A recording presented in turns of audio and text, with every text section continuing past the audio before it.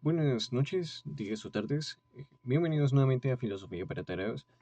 En esta ocasión quise hacer un video diferente que no tuviese nada de particular, por ejemplo, o específico, de un tema como el que expliqué en el anterior video sobre Foucault. Este video quería más o menos para presumir, para compartir aquí el catálogo bibliográfico que tengo y recomendarlo o no recomendarlo con mi audiencia, ¿no?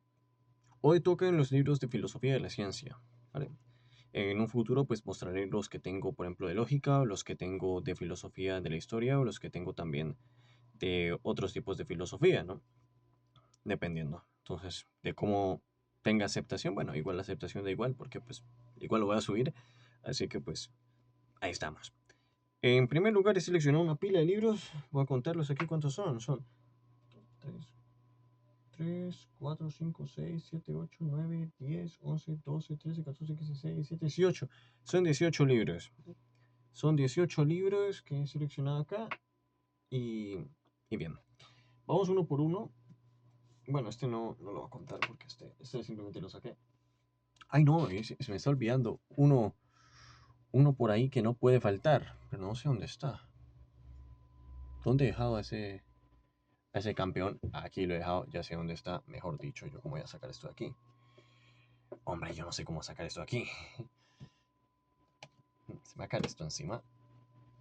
Yo no sé ni cómo estoy bajando esto. Ay. Olvidé estos dos de aquí. No uno, dos. Dos, ¿cierto? Mentiras. Tres. Olvidé tres. ¿Y qué más hay por acá que puedo sacar? Por el momento creo que ningún otro. Creo que así vamos bien. Y ahora a subir esta pila de libros otra vez ahí. Sin matar a nadie, sin matar a nadie. Vamos que yo puedo. Yo puedo. Yo puedo. Sí, yo pude.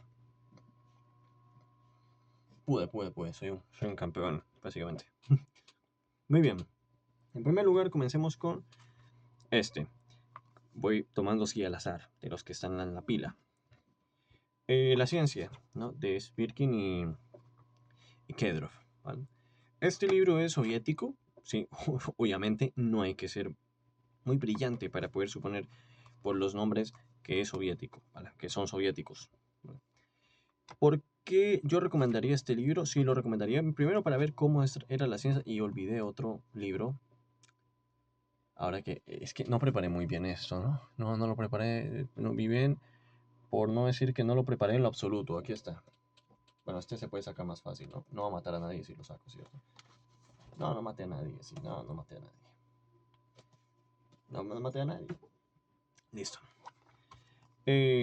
Lo recomiendo porque es una buena manera de saber cómo se está divulgando la ciencia en la Unión Soviética, ¿no? De hecho, hay otros que también mostraré para poder ejemplificar esto. Bueno, el que mostraré a continuación, de hecho. Y lo recomiendo porque, en especial por cómo clasifica la ciencia, se encarga de clasificarla, pero no a partir de clasificaciones lineales como las que ya hemos visto con Carnap, ¿no? Carnap hizo una clasificación, así que la ciencia donde solamente dividió las ciencias en dos tipos de categorías, en las ciencias empíricas y las ciencias lógicas. En las lógicas solamente podíamos encontrar las matemáticas y la lógica en sí misma, ¿no? Pero en las ciencias empíricas, ¿cuáles son las ciencias empíricas para Carnap? Pues todas, todo el resto. ¿Y cuál es el resto? Vaya a saber, porque en la clasificación no está. ¿Vale? En la clasificación no lo deja muy claro el señor, pero, pero aquí sí, aquí se hace una clasificación cíclica, no lineal, cíclica, en la cual básicamente todas las ciencias se relacionan entre sí y no simplemente se dividen en categorías. Entonces, hay un esquema, bueno, un esquema no, un modelo, mejor dicho, de clasificaciones, que eso tiene que estar por aquí, eso está prácticamente casi al final, aquí está. Así es más o menos como para estos señores se clasifica la ciencia cíclicamente, ven que todo se relaciona con todo, básicamente. Es la manera en la que se clasifica la ciencia para estos señores y tiene sentido, es una buena clasificación, es una buena manera de entenderlo. Y yo personalmente recomiendo este libro. Es muy accesible, no es muy difícil de conseguir. Hay muchas editoriales donde prácticamente lo venden. Y es cortico, ¿vale? Es cortico, es como un mini manual. O sea, no es muy largo y tampoco es muy complejo, ¿eh? O sea, es demasiado accesible, no solamente en cuanto a conseguirlo, sino en leerlo y entenderlo. Entonces, pues, voy a tratar de dar mi puntaje subjetivo de la dificultad de cada libro para leerlo, en especial si te estás iniciando en la filosofía de la ciencia. Pues yo le coloco un uno, la mínima. O sea, no es complicado en lo absoluto. Y de hecho, es un buen libro para poder comenzar, para poder darle, en caso de que seas maestro, a tus estudiantes, pues para mostrarles cómo, pues, no solamente en Occidente y pues en otras partes muy dominantes en cuanto a la producción científica se concebía la ciencia, sino también en la Unión Soviética, ¿no? Que pues, también tenían su manera de concebir la ciencia, a veces muy diferente del resto de Occidente, pero también eh, muy interesante a la vez. Lo dejaré por aquí. Vale. El siguiente es Filosofía y Ciencia en la Unión Soviética de Gustav Wetter. Es muy bueno este libro, muy completo. No solamente se encarga de ciencias naturales o formales, etcétera. Es básicamente todas las ciencias. O sea, cuando dice filosofía y ciencia, no solamente se reduce a filosofía de la ciencia, también a filosofía de las ciencias humanas. ¿Eh? Y bueno, en cuanto a entenderlo, yo diría que ya es un poquito más difícil que el anterior, ¿no? Porque aquí sí hay que entender un poquito de fórmulas, hay que entender un poquito de principios, por ejemplo, de la química. Aquí, ¿dónde está este libro, esta parte? Acá, cuando se empieza a interpretar la física cuántica por diferentes autores, pues aquí, pues hay algunas fórmulas que si no estás especializado con ellas, pues el autor no te las deja muy claro, ¿no? Entonces, pues hay que buscar más o menos qué significa cada cual si no eres físico o si no tienes conocimientos de física para poder entenderlas. Repito, no hay necesidad de ser físico para poder entender eso. En cuanto entiendes, básicamente, lo que significa cada fórmula, pues no hay ningún problema. ¿Por qué? Porque tú no necesitas la fórmula para operar con ellas. Solamente necesitas para entender el argumento del hombre que está aquí explicándolo, ¿no? Entonces no necesitas ser físico. ¿Por qué? Porque no necesitas proceder como un físico para poder entender estos temas. Otra cosa sería si tú quisieras hacer una investigación y no fueses físico, pues ahí sí necesitarías un poquito de conocimiento, pero para poder leer, entender la idea del autor, pues no está muy complejo, en especial porque al menos los ejemplos con fórmulas que utilizan no son demasiado complejos. Yo diría que es un 5 de 10 en cuanto a dificultad y lo recomiendo bastante, pero sobre todo ya no tanto para iniciados como en el otro. Ya esto es como para personas que ya tengan conocimientos un poquito más allá de los básicos, ¿vale? Para poder entender ciertas cosas, porque como digo, es un libro que aborda todas las ciencias y con sus debates respectivos, con sus autores respectivos y demás. Entonces, digamos que es importante, ¿no? Iba a decir menester, ¿no? Pero menester, la, no tengo corbata ni traje ahora para ponerme a hablar en ese dialecto. Em, Está bastante bien, vale, está bastante bien. Eh, Ahora, este otro yo lo considero en filosofía de la ciencia, sobre todo de la biología, de Humberto Maturana, La realidad objetiva construida. ¿Vale? Este de aquí, yo lo considero un libro de filosofía de la ciencia porque, al final de cuentas, no solamente habla de biología, sino ciencias en general. Em, ¿Yo qué opino de este libro? Me gusta Maturana, sí, me gusta el libro en general, tiene cosas muy interesantes. Tiene, por ejemplo, su propio término, su propio concepto, que no me acuerdo el nombre porque siempre se me olvida. La autopoiesis, sí, es medio complejo, siempre se me olvida. Autopoiético y todos esos términos que él utiliza. Pero he de decir una cosa que no me gusta de Maturana, y es que a veces su manera de escribir es muy extraña. No se le entiende al hombre o a veces es demasiado redundante. Entonces, si no te gusta ese tipo de lecturas, pues no creo que te guste mucho Maturana. O sea, Maturana lo que tiene es que explica temas muy complejos y pues importantes, pero a veces no los explica tan bien cuando se expresa, por ejemplo, el lenguaje o el lenguaje lenguajeante o cosas que dice así. Es como un plan, hermano, ¿qué estás diciendo? Pues no te entiendo, la verdad. Y tiene algunos problemas con respecto a esto. Este ya es un libro un poquito más que no es tan complejo, hombre, que no es tan complejo como el otro. O sea, fórmulas muy pocas vas a ver aquí. Sí que vas a ver modelos, vas a ver gráficos, obviamente, pero al menos Maturana lo que hace es explicarlos todo el tiempo. Entonces no se asusten si lo están leyendo y no logran entenderlo, porque al menos el autor da el contexto y explica. No es como otros autores que te sueltan ahí las fórmulas o te sueltan ahí los gráficos y pues si tú no lo entiendes de primera mano, pues no te lo van a explicar. No, digamos que Maturana, aunque no piensa mucho en el lector a la hora del escrito, sí en las explicaciones, la palabra que me acabo de inventar, sí en las explicaciones y en las justificaciones del contenido. Entonces, pues, está bien. Sí, bueno, dificultad, ¿cuánto le pongo a ese libro? Le pongo un 4, es más fácil que el otro, al menos. Ahora, la estructura de las revoluciones científicas de Thomas Kuhn, clásico. Esto es un clásico. Eso que yo creo que es de los libros más leídos de filosofía de la ciencia de la historia. De la historia. Hombre, cualquier curso de filosofía de la ciencia, incluso cursos que no son de filosofía de la ciencia, te van a poner a este hombre aquí, porque, hombre, literalmente cambió cómo se concebía la ciencia con este librito. Que tiempo después, como veremos en otro libro, se arrepiente, sí, de la noción de paradigma y todo esto. Pero este librito es muy importante para entender los debates de la ciencia del siglo XX y de filosofía de la ciencia del siglo XX, ¿no? La premisa, la tesis principal de este libro es bastante válida y sigue siendo válida. Lo de las revoluciones científicas, sí. Otros autores siguen utilizando el concepto de revolución científica porque tiene sentido. Ya con respecto a cómo fuera la ciencia normal y todo esto, tengo el pelo súper despeinado hoy, mejor dicho. Lo voy a dejar así. Así lo dejo.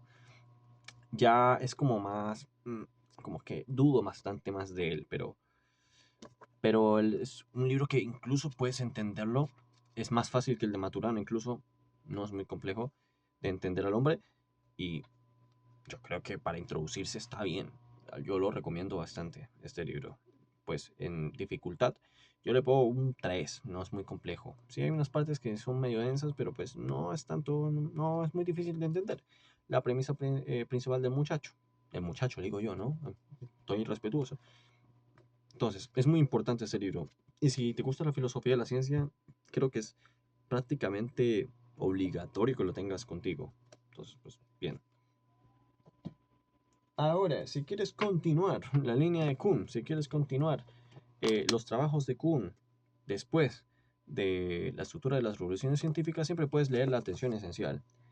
Este libro prácticamente es una continuación, ya como que sigue tomando algunos aspectos de su anterior obra, pero son como correcciones. Trata de corregir sus errores en este libro.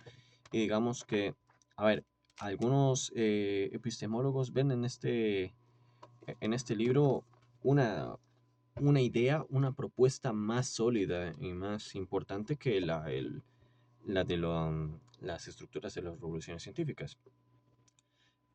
Bunge, por ejemplo, siempre dice, bueno, lo ha dicho en las entrevistas, que este libro es mucho más interesante que el otro, que es mejor, básicamente que es mejor, y que tiene más valor para la filosofía y la ciencia que el otro.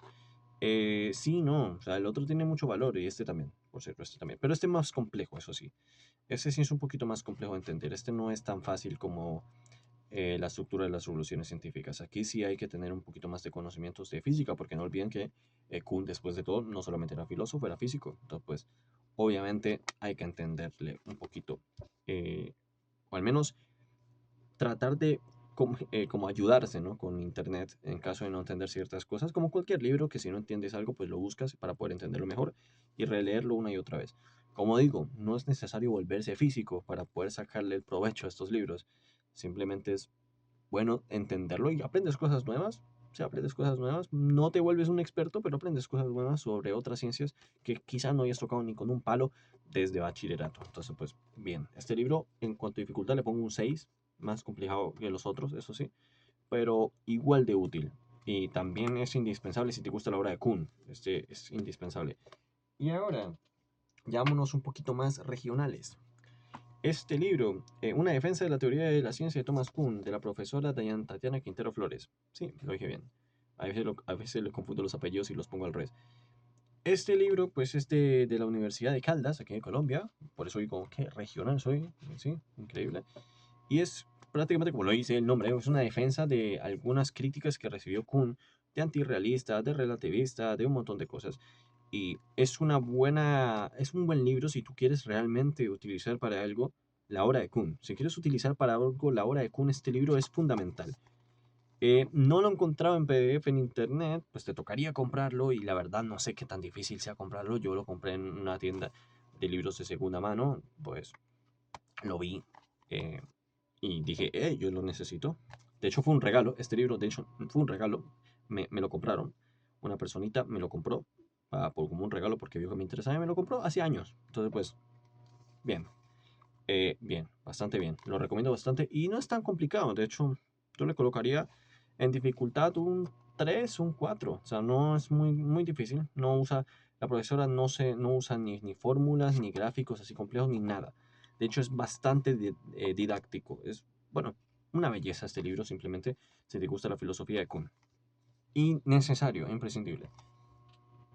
Ahora, esto se me puede caer, de hecho, y voy a tratar de hacer por aquí. Un clásico. Un clásico. Introducción a la filosofía de la ciencia del profesor Germán Guerrero Pino. Este es un libro, a ver, obviamente los que están aquí me conocen, saben que a mí me encanta el trabajo del profesor Germán Guerrero Pino. Es de la Universidad del Valle, ¿vale? Entonces es para mí, de los mejores epistemólogos que tenemos aquí en el increíble departamento del Valle del Cauca, ¿no? Y también en el país. Vamos a ir hasta el país. Y yo iría a América Latina, pero a lo mejor alguien me dice que me fui, me escarrilé. No, yo sigo defendiendo que Germán Guerrero Pino, su trabajo y su trayectoria es muy importante. Entonces, básicamente, ¿qué es esto? Muy didáctico este libro. De hecho, creo que es el más didáctico que veremos aquí en este video. Es un compilado de textos, pero también tiene unas explicaciones muy parecidas a este otro libro que está por aquí, de las ciencias humanas. ¿Dónde está eso? ¿Dónde está eso? Que yo lo vea. Aquí está. Que este sí, probablemente muchos de ustedes los conocen, que estudian ciencias sociales lo conocerán, porque es un clásico de clásicos que siempre dejan para leer, que es este de filosofía de las ciencias humanas y sociales. Es más o menos parecido a eso, porque este autor, por ejemplo, habla, en algunas partes explica, pero sobre todo deja lecturas primarias de los autores que está abordando y al final deja un tallercito, ¿no? Para poner en práctica nuestros conocimientos en esas lecturas. Esto ocurre con esto. Yo cuando estudié en el curso de filosofía de la ciencia, que lo vi con el profesor Racines, pues me tocó comprarlo para poder pasar el curso y eh, al inicio pues no me gustaba la idea de este libro, no me gustaba su estructura, pero con el tiempo aprendí a amarlo. Aprendí a amarlo porque digo que los talleres son muy importantes porque nuevamente ponen a prueba el conocimiento que has construido sobre estas lecturas y sobre los temas que también se explican en el libro. Entonces pues yo digo que es muy importante este libro. Si eres de Colombia y lo puedes obtener, pues aprender no solo es, sino también utilizarlo para enseñar. Es muy didáctico, como dije antes. Entonces, pues, ¿qué puedo decirte? Complicado, pues yo le coloco un 2. Un 2. O sea, es demasiado didáctico. Te explica todo, te toma de la manita para que no te pierdas. A diferencia de los otros libros que sí te pueden dejar un poquito más. Que toques pasto, no, te mantiene en tu casa, y te dice, tranquilo que yo puedo cuidar de ti sin ningún problema. Em, Ahora vamos con Popper, con el bueno Popper. La miseria del historicismo. Este libro le tengo amor-odio, es decir, está un poquito reventado, ¿no? Pero pues, le tengo un amor-odio a este libro. eh, bueno, podrán ver que tengo la versión más antigua del libro, ¿eh? De hecho, ya se le cayó esto, o sea, lo tengo aquí por apariencia, ¿no? Porque ya se le cayó, no se lo he pegado. Este libro es la versión más antigua, ni siquiera está con Alianza, está con Taurus. Imagínense lo viejo que es. De hecho, les puedo decir de qué año es, creo que es del 68. Ni siquiera aparece aquí, aparece al final, ¿cierto? Del 61. Réstale 7 añitos. Em, en este libro, pues Popper lo único que hace, bueno, además de confundir el término historicismo, que por la razón que lo odio como historiador, lo confunde completamente, es hacer una crítica sobre todo a las filosofías de la ciencia, más que todo de la sociología, no de la historia, casi no aborda la historia en general, más que todo de la sociología, de tipo marxista, de tipo hegeliano, que hacen predicciones sobre el futuro y aplicando pues lo que viene siendo su propia concepción de la epistemología. ¿no? De cómo las predicciones así no son posibles, porque no pueden hacerse leyes particulares, que incluso en estas leyes sociales que se crean por estos historicistas, como él los llama, eh, en la planeación de estas, el sujeto tiene un rol activo con respecto a la ley que ha enamorado. Nosotros, en teoría, nosotros deberíamos tener un rol pasivo con las leyes. O sea, que nosotros no impliquemos que estas funcionan o no, ¿cierto? Pero en este caso no, porque nuestra propia acción, nuestros propios intereses implican en que la ley se cumpla o no se cumpla. Entonces, pues, esto es lo que dice Popper, de que entonces esas predicciones pues no son realmente predicciones, si se está haciendo algo, por ejemplo, militar a favor de X o Y, para que esa ley se cumpla. Entonces no es una ley, no es una ley. Eh, ¿Qué puedo decir? Complicado de leer no es, no es, de hecho no es. De hecho, diría yo que es de los libros de Popper más fáciles de leer. Em, pero eso sí, lo recomiendo. Como parte de la historia de esta cuestión, del historicismo, de estos debates, bla, bla, bla, pues lo recomiendo. Ya para aprender y sacarle algo de provecho, no mucho, no mucho, ¿eh? Al hombre no le podemos sacar mucho, porque digo, este libro fue muy criticado y sigue siendo muy criticado, y yo lo critico personalmente porque no me gusta cómo confunde el término, y no hay nada peor que el hecho de decir la miseria del historicismo, que así se llama el libro, y no saber qué es historicismo. Popper no sabe qué es, no sabe a qué se refiere, nunca supo, nunca supo.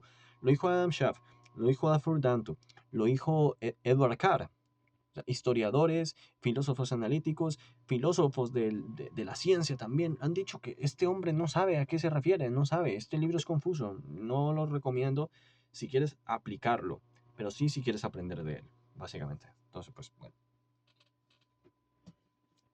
Ah, no dije el rango de complejidad de leerlo. Colocámosle un 3. Un 3. Tampoco muy difícil. Ahora, la perspectiva científica de Bertrand Russell.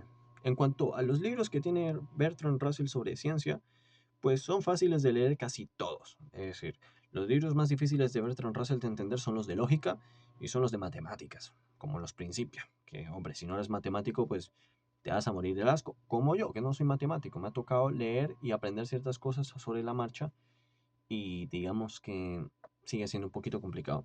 La perspectiva científica pues prácticamente te va a tomar de la mano y te va a llevar por diferentes problemas de la ciencia. Te va a llevar de la mano a través de Newton, de Galileo, de Darwin, de Pavlov. Va a criticar el método científico, pero también va a decir sus fortalezas. Lo de la metafísica, lo de la ciencia y la religión, lo de la técnica, reflexiones sobre ciencia y sociedad, para poder entender el ámbito de la ciencia a través de la historia, pero también a través sobre problemas del presente. La perspectiva científica, así se llama. Pues un libro sobre la perspectiva científica. Wow, soy ingenio, ¿no? Denme un Nobel, por favor. Em, lo recomiendo mucho. Sí, mucho. Es muy fácil. Demasiado fácil, de hecho. Eh, yo, pues, como maestro, lo pondría como lectura, obviamente. Pero muy introductorio. O sea, muy como... No es muy complejo, ¿eh? O sea, tampoco le colocaría un 2 de dificultad. No es muy difícil. Es como un libro adecuado tal cual para introducirse. Tal cual. Y si no es un 2 es un uno. Porque ya este sí que no tiene fórmulas ni nada a cero. Es puro texto, muy didáctico. Como digo, Russell es muy claro. Russell no es confuso. No te va a confundir. Russell es de los autores más claros y que da gusto leerlo. No por nada se ganó un Nobel en un libro de filosofía el cabrón. Pues ahí está, ¿no? Entonces lo recomiendo. Está hecho mierda, sí, un poquito ya dañado, ¿no? Pero pues lo recomiendo bastante este libro. Y un 2 de dificultad para leerlo. Ahora, este libro de aquí, Filosofía de la Ciencia e Investigación Histórica de John Luz, el profesor John Luz, que tiene 2 libros traducidos por Alianza Editorial, que son Introducción Histórica a la Filosofía de la Ciencia. ¿Vale? Introducción Histórica a la Filosofía de la Ciencia es mucho más fácil, es decir, este no. Este libro, por cierto, fue un regalito muy valioso para mí, de los más importantes que tengo, que me han dado en mi vida, porque este libro, mira que es complejo de encontrar, y pues la persona que me lo regaló me lo envió de otro país, imagínate, con todo el amor del mundo, y yo, desde aquí, la verdad, lo aprecio, yo esto lo aprecio creo que más que mi vida, ¿eh? Te lo juro. No está pintado. Yo también lo pensé, como creo que una vez lo mostré aquí en el canal, yo también lo pensé, que estaba pintado, que alguien, yo dije, que en la biblioteca cuando lo vi la primera vez, quién será el desgraciado que lo rayó. Pero cuando lo vi, no, así es la portada. Así es la portada. Este libro Es difícil, yo te diría un 7. Un 7, sí, es un 7. A diferencia del otro libro que dije de John Luz, este es más complejo. Este es mucho más complejo porque este sí utiliza, hombre, fórmulas es lo que vas a ver aquí, sobre todo. Ya aborda problemas más complejos de la filosofía de la ciencia, no solamente los básicos. Ya es cuestión de ver si la filosofía de la ciencia prescriptiva debería ser descriptiva, si la historia de la ciencia debería ser prescriptiva en vez de prescriptiva o demás. ¿Cómo se pueden relacionar estas dos sin estar en conflicto? Aborda problemas en cuestión de este tema como de Feyerabend, de Nagel, aborda problemas incluso de Hempel, también menciona algunos aportes del propio Kuhn y demás, de Campbell y demás filósofos, o sea, un montón de filósofos muy complejos de entender, como Hanson también están aquí mencionados. Todo esto está en este libro. Este libro es útil, muy útil, pero yo solamente lo recomendaría si ya te estás formando como un filósofo de la ciencia.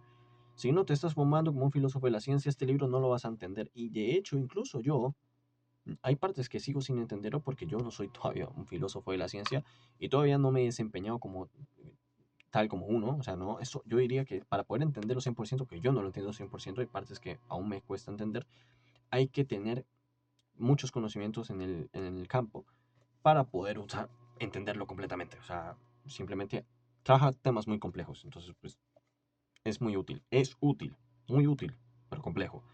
Por eso digo un 7 diría yo, un 7 de dificultad de lectura, pero es muy importante. Y si te estás formando como un filósofo de la ciencia, en algún momento tendrás que leerlo, sí o sí.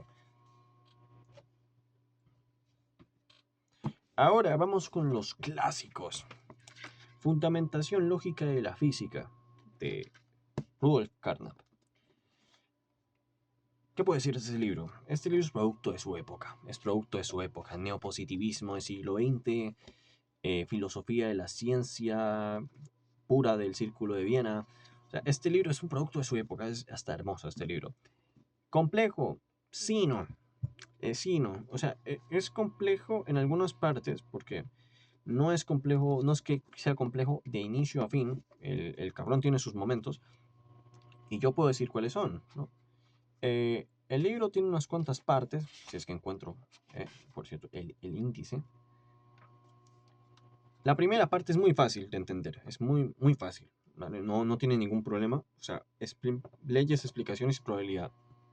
Lo que hace Carnap es explicar qué son las leyes, qué valor tienen, la probabilidad estadística, la probabilidad lógica, el método experimental, pero siempre lo hace de manera muy clara como Russell, o sea, muy claro, no confuso, y te toma de la manita, con ejemplos muy básicos. La gran mayoría es texto, ¿vale? Es puro texto. Luego, ya tenemos la segunda parte que es medición y lenguaje cuantitativo. Este es complejo, por cierto, porque aquí ya empieza a hablar del tiempo, de la longitud, magnitudes eh, y demás, ¿no? Pero pues hay partes muy fáciles y otras muy difíciles. Aquí ya se empieza a abordar temas de física, por ejemplo. Ya gráficos, más que todo en la cuestión del tiempo también. Y también en la longitud. Ahora, la estructura del espacio. Yo diría que este es el capítulo más complicado porque ya es geometría. Esto es geometría. Esto es geometría y es física en su totalidad. Entonces, pues, yo diría que es el más complicado de todos.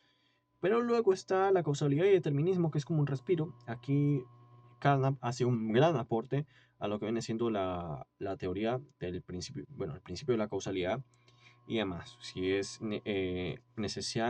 tiene necesidad, las modalidades causales, el determinismo, todo esto, ¿no?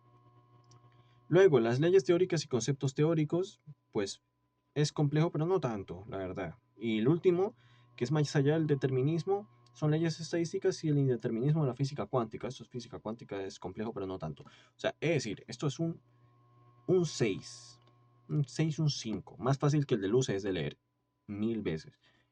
Es un clásico, como lo digo, es bastante fácil de entender.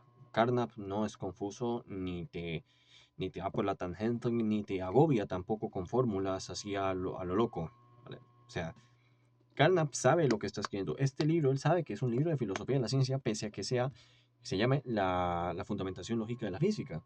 él reconoce que esto es un libro de filosofía de la ciencia, esto no es un libro de física, es un libro de filosofía de la ciencia. Y si estás escribiendo un libro de filosofía de la ciencia, tiene que tener más texto que fórmulas.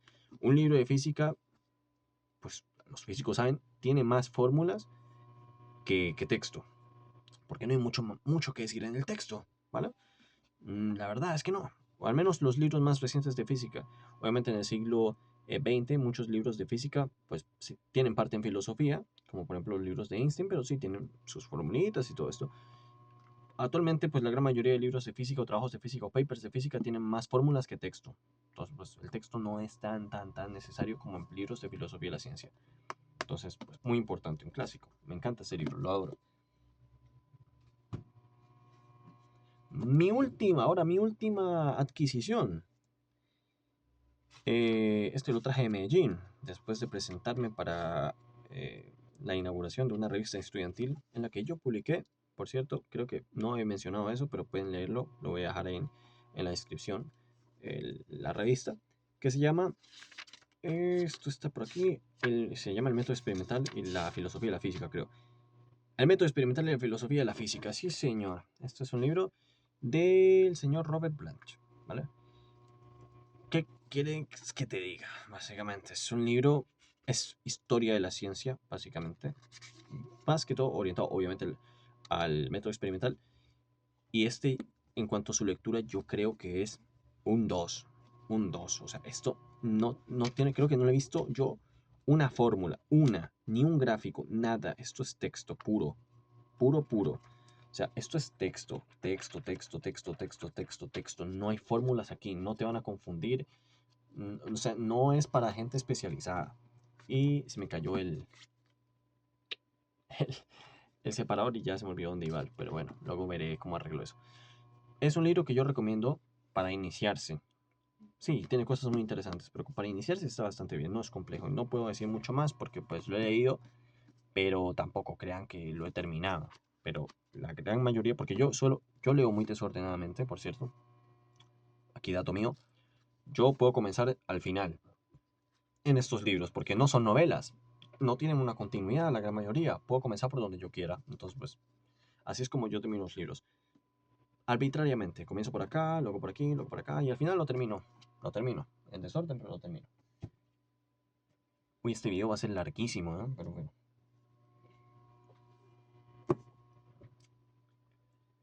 creo que lo voy a dividir en dos, este video, pero en fin. Em, sí, este lo voy a dejar para la introducción del siguiente. Voy a grabar dos, porque no tengo ningún problema. Voy a ver cómo tiene aceptación el primero y luego, pues nada, yo creo que lo voy a aplicar todo así, porque así soy yo. Eh, bueno, hasta aquí yo creo que llegamos con el primer video, esta primera parte. Voy a seguir con la segunda parte, no tengo ningún problema, pero pues hasta aquí llegamos con esta primera parte de mis libros de filosofía de la ciencia y cómo los recomiendo y tal. Entonces, pues nos vemos en la segunda parte, que es prácticamente ya. Yo creo que voy a subir esto así, al mismo tiempo. Chao, hasta ahorita.